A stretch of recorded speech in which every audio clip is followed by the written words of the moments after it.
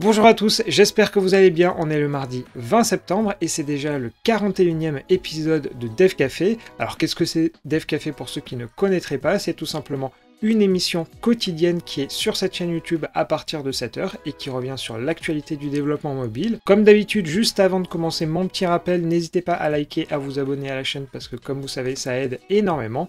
Et je vous propose qu'on regarde les actualités qui ont marqué ces dernières heures.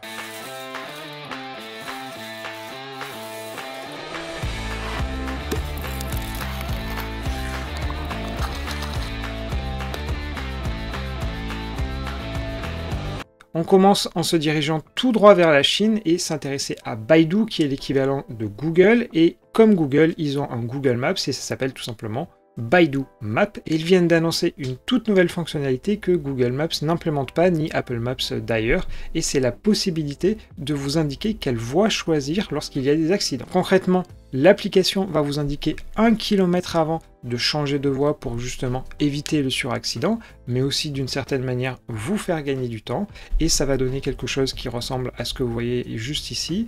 Ici tout va bien dans le cas à gauche, mais vous voyez ici, il est fort probable qu'il y ait un accident, donc dans ce cas-là, ça va vous indiquer de changer de voie. Finalement, l'algorithme derrière tout cela est relativement poussé, parce que d'une part, il va être capable de savoir sur quelle voie vous vous trouvez, mais aussi de savoir quelle voie est libre d'une certaine manière et donc évite les accidents.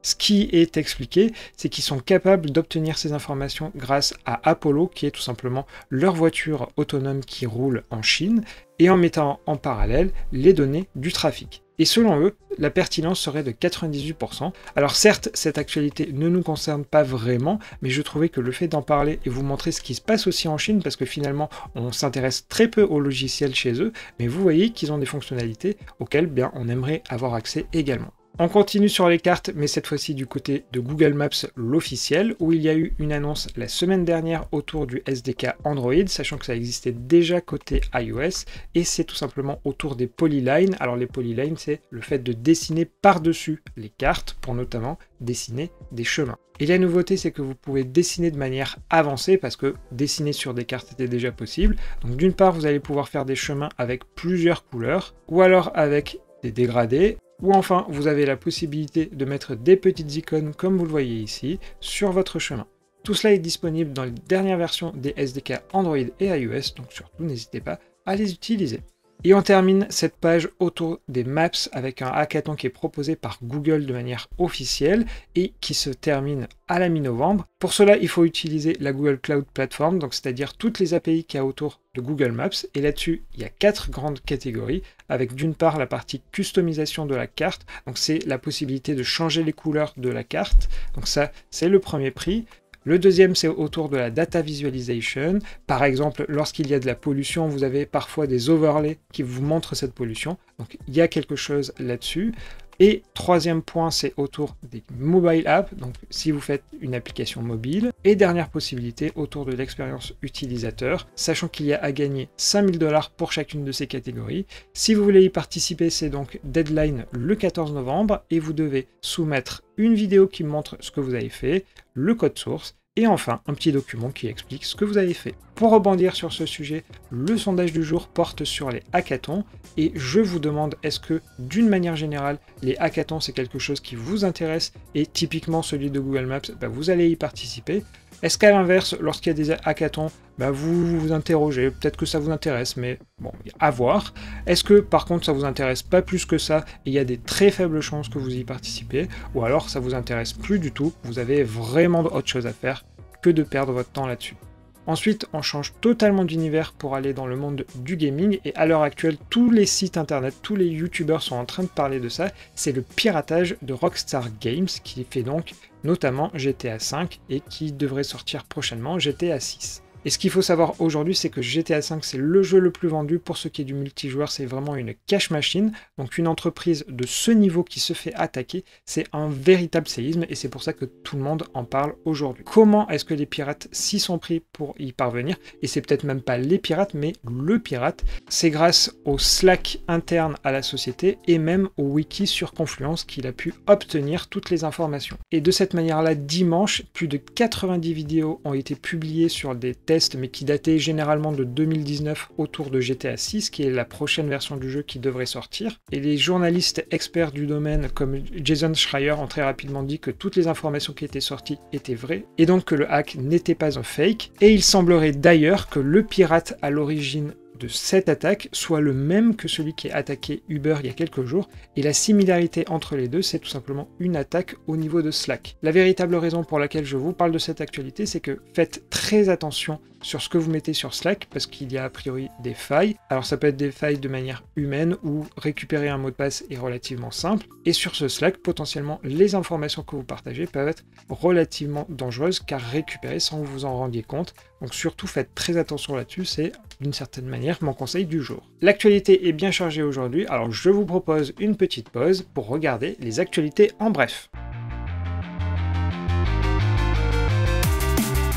Et non, on ne pourra plus dire que Jeff Bezos est l'homme le plus riche au monde, puisque c'est un Indien du nom de Gautam Adani qui lui a fauché sa couronne.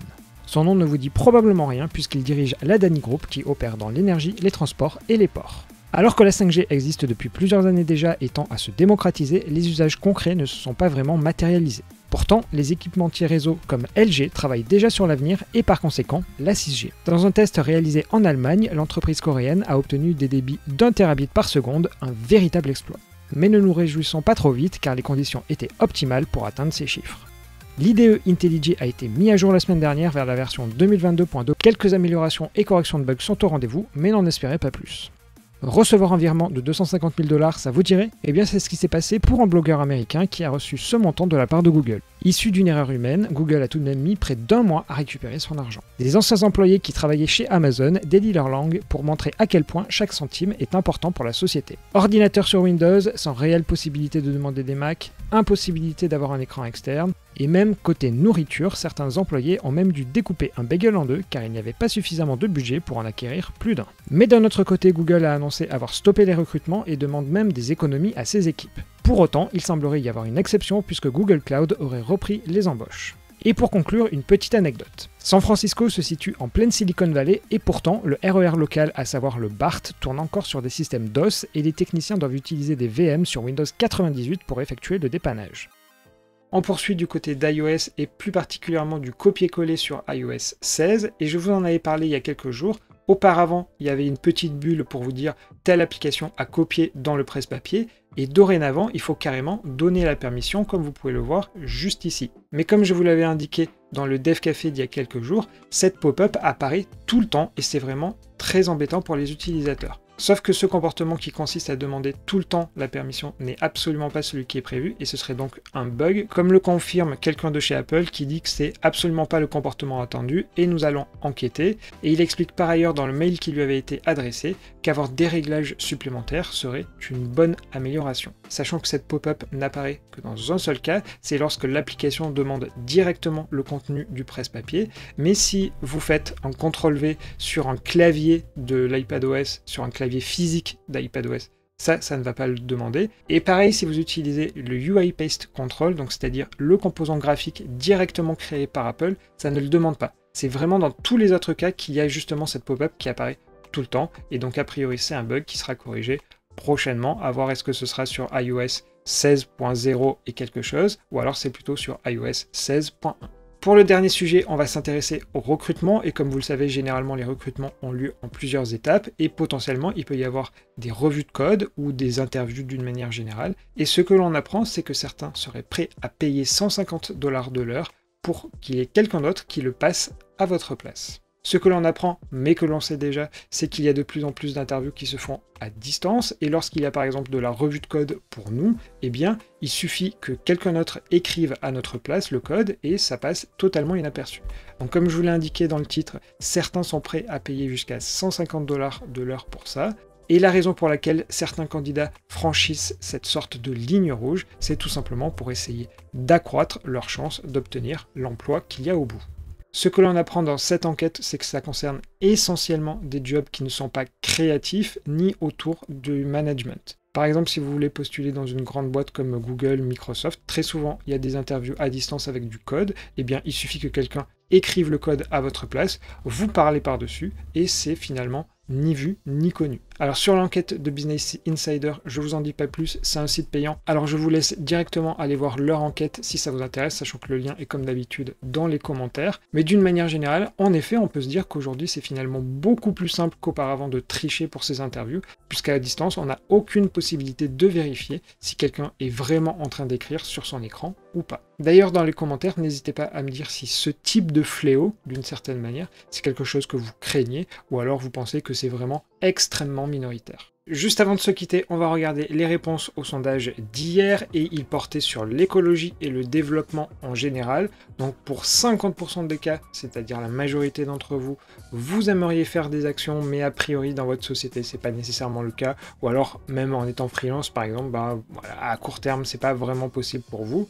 Dans 25% des cas, vous n'en avez absolument rien à faire et vous n'avez rien prévu du tout, c'est pas votre priorité. Ensuite, dans 21% des cas, en revanche, vous êtes à fond là-dessus et vous avez déjà pris des actions en ce sens.